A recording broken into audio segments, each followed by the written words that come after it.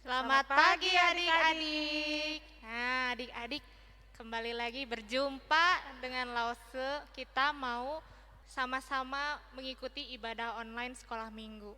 Nah, adik-adik gimana nih kabarnya? Semoga adik-adik semua di rumah dalam keadaan yang sehat.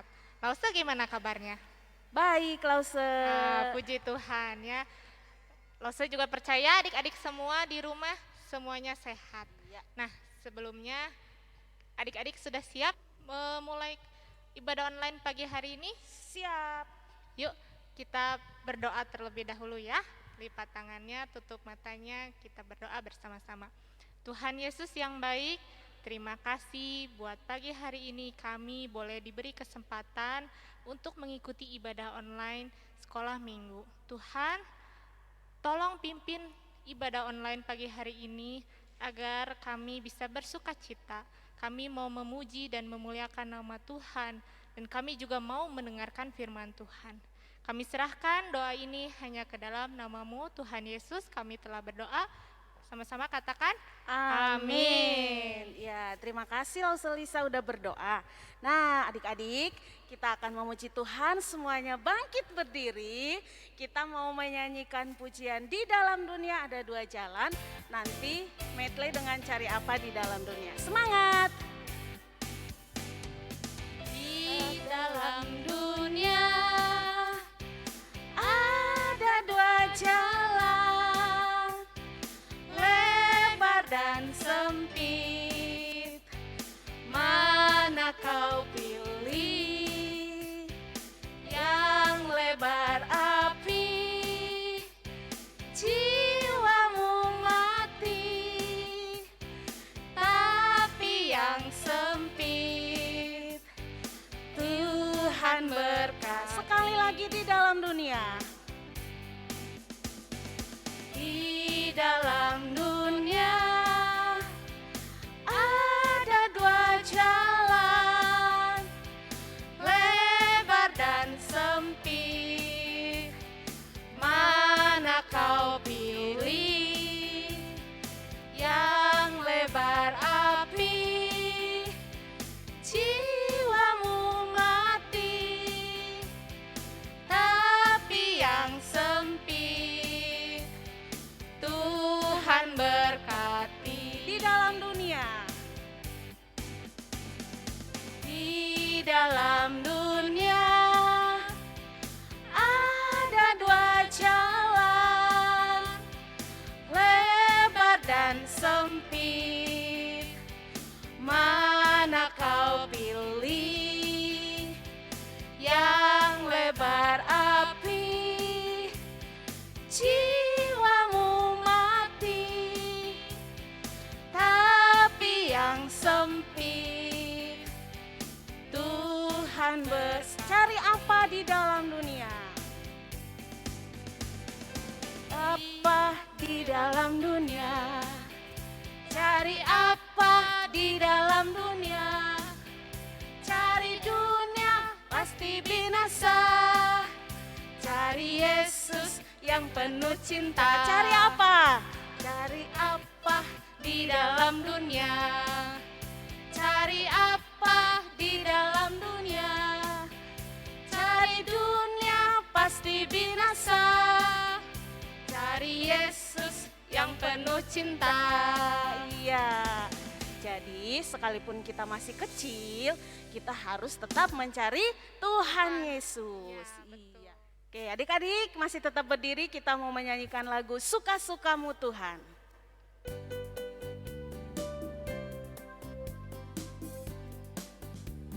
Shalalalala, shalalalala, oh oh. Shalalalala, shalalalala, shalalala. Sekali lagi.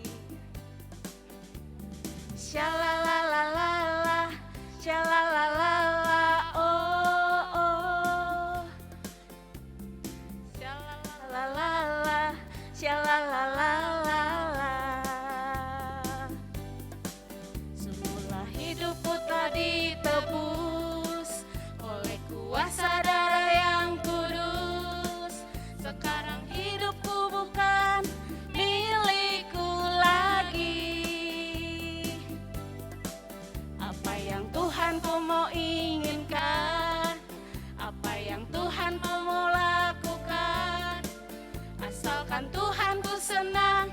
semua ku relakan, namanya dimuliakan. Suka-suka.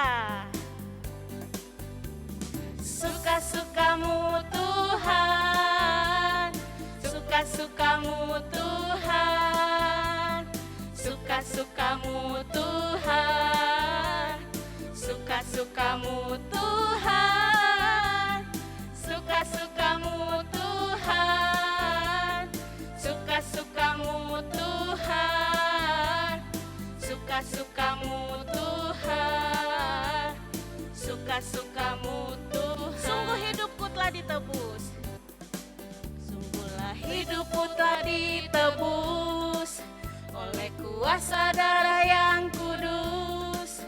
Sekarang hidupku bukan milikku lagi. Apa yang Tuhanku mau inginkan, apa yang Tuhanku mau lakukan, asalkan Tuhanku senang, semua ku relakan, namanya dimuliakan. Suka-suka.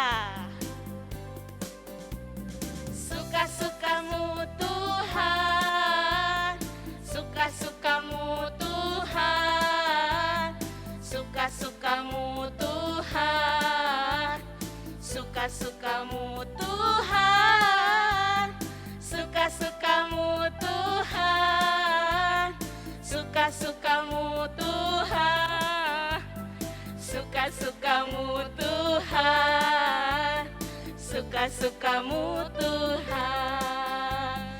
Iya, suka-sukanya Tuhan ya. Oke, masih tetap berdiri. Kita mau siapkan hati kita untuk mendengar firman Tuhan. Sebelumnya kita mau menyanyikan lagu 1, 2, 3.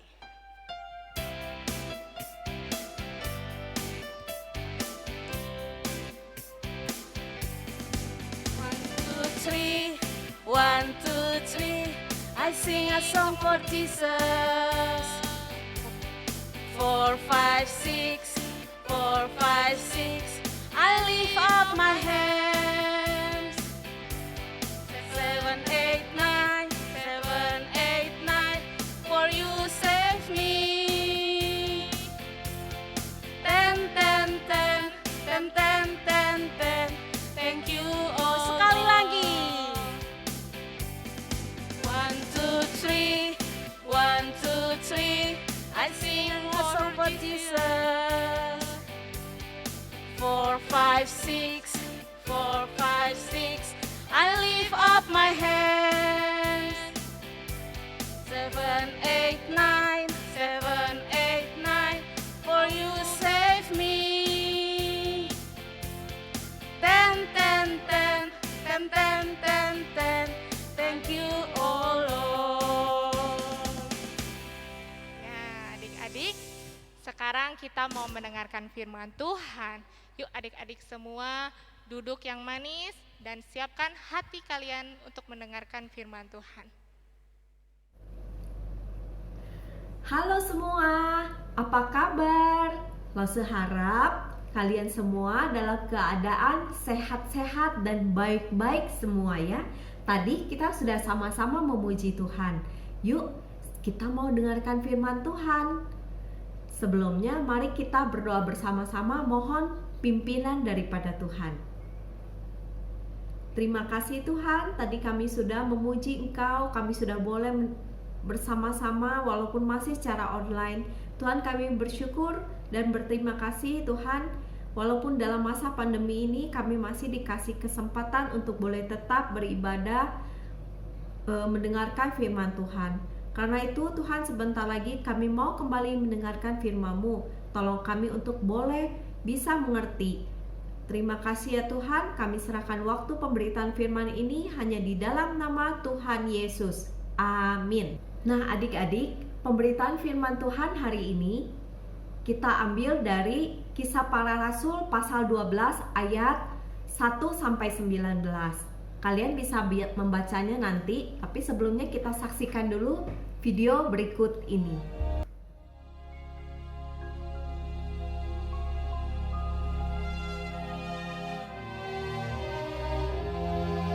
Kira-kira pada waktu itu Raja Herodes mulai bertindak dengan keras terhadap beberapa orang dari jemaat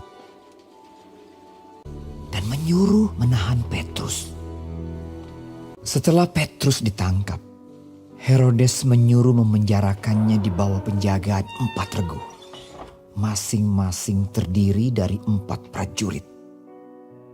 Maksudnya ialah supaya sehabis Paskah ia menghadapkannya ke depan orang banyak. Demikianlah Petrus ditahan di dalam penjara. Tetapi jemaat dengan tekun mendoakannya kepada Allah. Pada malam sebelum Herodes hendak menghadapkannya kepada orang banyak, Petrus tidur di antara 2 orang prajurit, terbelenggu dengan 2 rantai. Selain itu, prajurit-prajurit pengawal sedang berkawal di muka pintu. Tiba-tiba berdirilah seorang malaikat Tuhan dekat Petrus dan cahaya bersinar dalam ruang itu.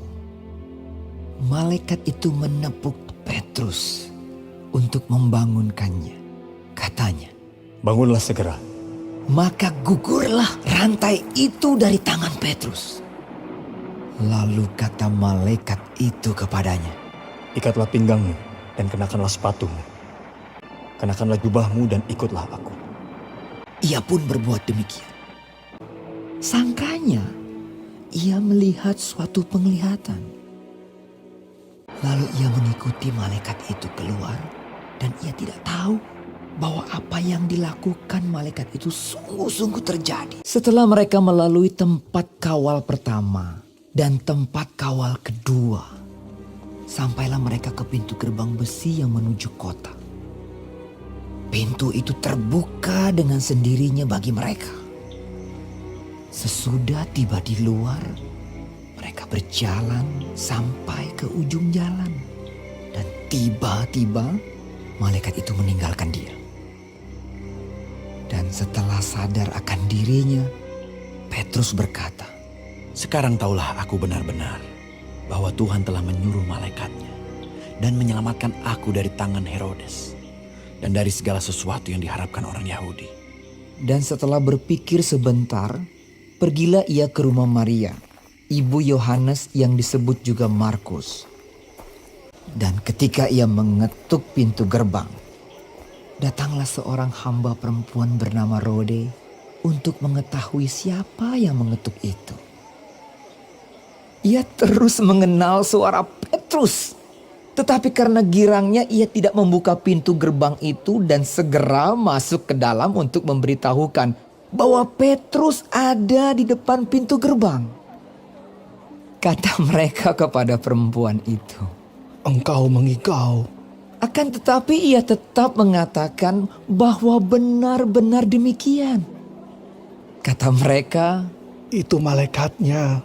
tetapi Petrus terus-menerus mengetuk dan ketika mereka membuka pintu dan melihat dia, mereka tercengang-cengang. Tetapi Petrus memberi isyarat dengan tangannya supaya mereka diam.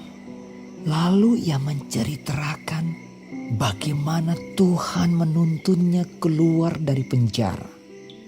Di situ banyak orang berkumpul dan berdoa. Katanya, "Beritahukanlah hal ini kepada Yakobus dan saudara-saudara kita." lalu ia keluar dan pergi ke tempat lain. Kemudian ia berangkat dari Yudea ke Kaisarea dan tinggal di situ.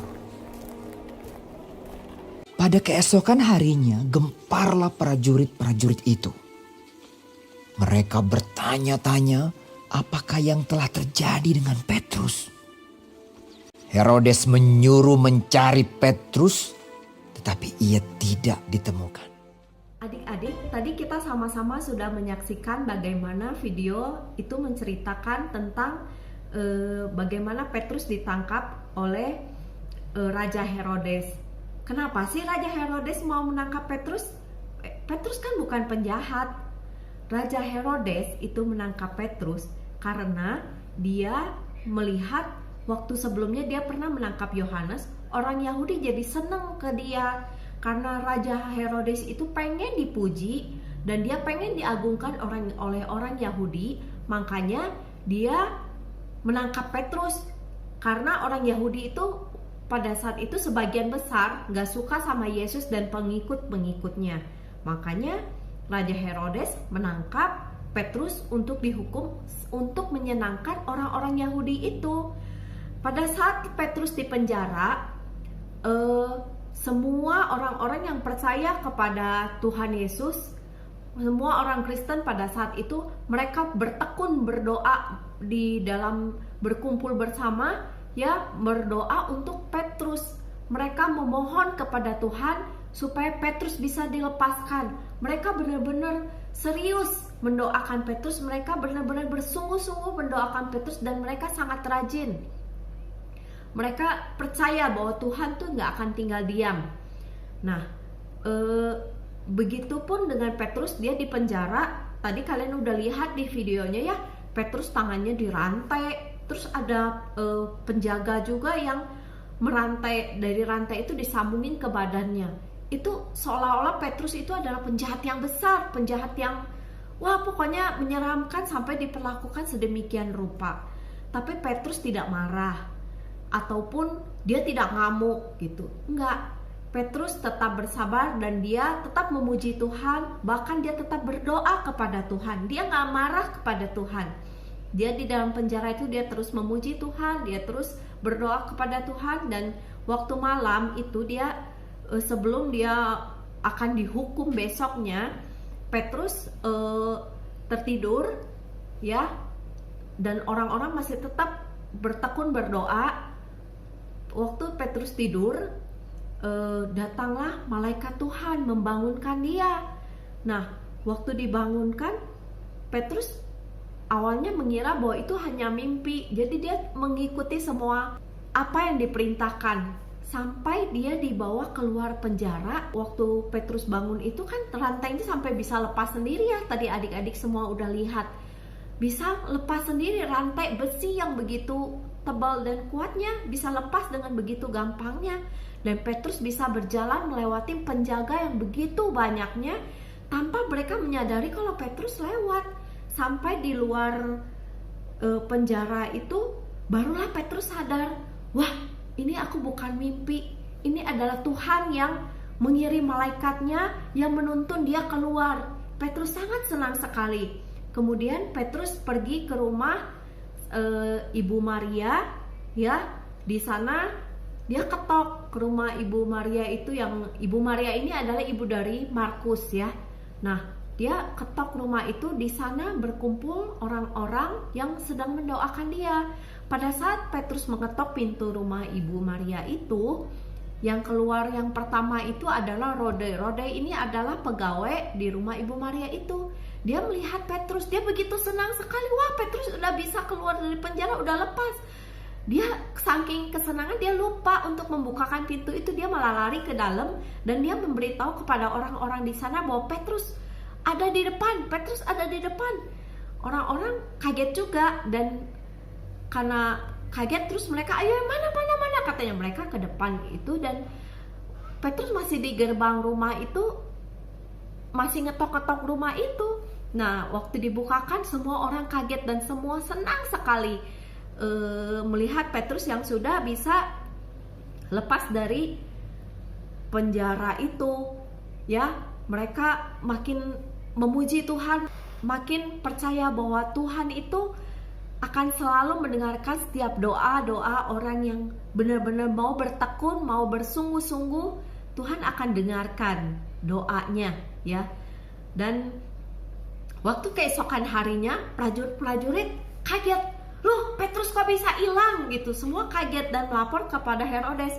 Herodes terkejut dan marah, dan dia memerintahkan prajurit-prajurit itu untuk mencari Petrus. Dan prajurit-prajurit yang menjagai Petrus itu bahkan oleh Herodes dihukum ya. Nah, demikianlah penyertaan Tuhan di dalam kehidupan Petrus. Apapun kondisinya, baik yang baik ataupun yang sulit, Petrus tetap setia kepada Tuhan. Dia tidak marah, tidak memaki-maki gitu loh, tapi dia tetap setia, dia tetap percaya, dia tetap mau berdoa. Begitupun teman-temannya, begitupun saudara-saudara seimannya, mereka semua di dalam masa sulit pun, bukan di dalam masa senang pun, mereka tetap mengandalkan Tuhan, ya. Nah, gimana dengan adik-adik? Apakah kita mau seperti orang-orang pada zaman dahulu itu, mereka yang mau setia, mau terus bertekun, datang kepada Tuhan, berdoa kepada Tuhan, mendoakan segala hal kepada Tuhan? Kita tetap bisa melakukannya ya adik-adik. Dengan cara gimana? Kita bisa di rumah masing-masing di dalam pandemi ini, kita tetap berdoa untuk teman-teman kita yang seiman, teman-teman kita yang sedang sakit. Kita tetap bisa mendoakan iman kepercayaan setiap kita. Kita tetap bisa terlebih lagi mendoakan para hamba Tuhan yang pelayanan di mana-mana, bahkan di pedalaman ya. Nah, PR kita bersama yuk buat adik-adik. Lause pengen sepanjang minggu ini kita doain sama-sama setiap hamba-hamba Tuhan yang mengabarkan Injil di seluruh bumi ini, terutama yang ada di Indonesia. Kita berdoa bagi setiap hamba Tuhan buat pelayanan mereka, biarlah semua pelayanan mereka itu bisa sungguh-sungguh diberkati dan menjadi berkat. Demikian pemberitaan firman hari ini. Ayat Mas minggu ini terambil daripada Kisah Rasul pasal 12 ayat 15. Adik-adik nanti tolong baca ya cerita ini kembali dari Kisah Rasul pasal 12 ayat 1 sampai 19. Nah, ayat hafalannya Kisah Rasul pasal 12 ayat 15. Oke? Demikian firman Tuhan hari ini.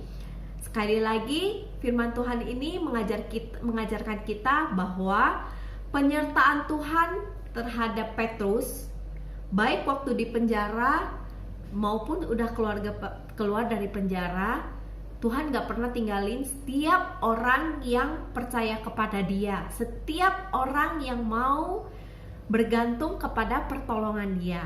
Oke? Demikian pemberitaan firman hari ini. Sebelumnya kita mau kembali tutup di dalam doa. Tuhan Yesus, terima kasih karena sekali lagi Tuhan kami diingatkan bahwa kami harus sungguh-sungguh mau bertekun dan berdoa kepada Engkau di dalam segala hal. Tuhan, pada saat ini kami juga mau mendoakan setiap hamba-hamba Tuhan yang melayani dimanapun. Tuhan pelihara kehidupan mereka, Tuhan jagai mereka, Tuhan berkati dan cukupkan kebutuhan mereka. Dan terlebih lagi Tuhan, setiap pelayanan mereka boleh Tuhan sungguh-sungguh menjadi berkat dan membawa lebih banyak orang untuk datang percaya kepada Engkau. Terima kasih ya Tuhan. Kami serahkan pemberitaan firman Tuhan hari ini, kami serahkan puji-pujian kami serahkan ibadah kami ini ke dalam tangan Tuhan. Dan kami mau juga serahkan waktu di depan kami ke dalam tangan kasih Tuhan. Biarlah Tuhan sendiri yang memimpin hari-hari kami ke depannya. Terima kasih Tuhan. Dan pada saat ini kami juga mau berdoa bagi saudara-saudari kami yang mungkin sedang sakit, teman-teman kami yang sedang sakit. Tuhan, biarlah Engkau Allah penyembuh boleh menjamah setiap mereka, menyembuhkan setiap mereka sesuai dengan waktu dan kehendak Tuhan. Terima kasih Tuhan. Hanya di dalam nama Tuhan Yesus kami berdoa dan mengucap syukur. Amin. Oke adik-adik, sampai ketemu lagi di ibadah selanjutnya. Bye.